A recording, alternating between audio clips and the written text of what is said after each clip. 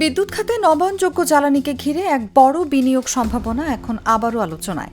প্রায় $6 বিলিয়ন 31টি সৌর ও বায়ুভিত্তিক প্রকল্প একসময় দেশের জ্বালানি মানচিত্র বদলে দেওয়ার স্বপ্ন দেখেছিল, কিন্তু নীতিগত সিদ্ধান্তে সেই সম্ভাবনা থমকে যায়। আর এখন নতুন করে তা পুনরুজ্জীবনের উদ্যোগ নিয়েছে বর্তমান সরকার।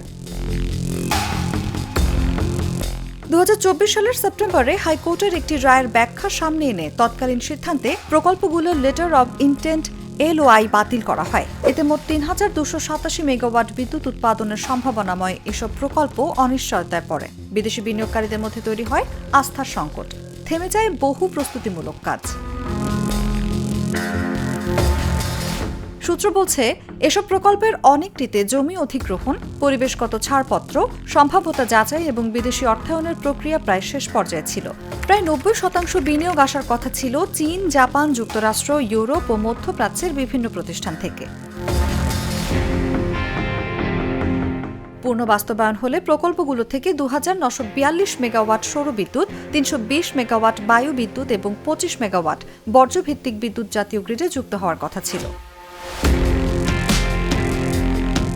LOI বাতিলের পর একাধিক বিদেশি বিনিয়োগকারী তাদের পরিকল্পনা পুনর্বিবেচনা করে। বর্তমান সরকার প্রকল্পগুলো পুনর্মূল্যায়নের জন্য এখন কমিটি গঠন করেছে, যার নেতৃত্বে রয়েছে বিদ্যুৎ উন্নয়ন বোর্ড।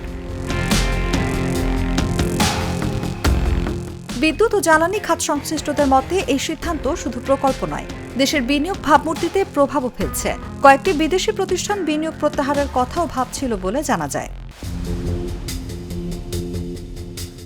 বর্তমান সরকার বলছে, প্রকল্পগুলো দ্রুত যাচাই করে যেগুলো বাস্তবসম্মত সেগুলো আবার চালুর সিদ্ধান্ত নেওয়া হবে, যাতে থেমে থাকা সবুজ বিদ্যুতের স্বপ্ন আবারও গতি পায়। নিউজ ডেস্ক, জাগো নিউজ।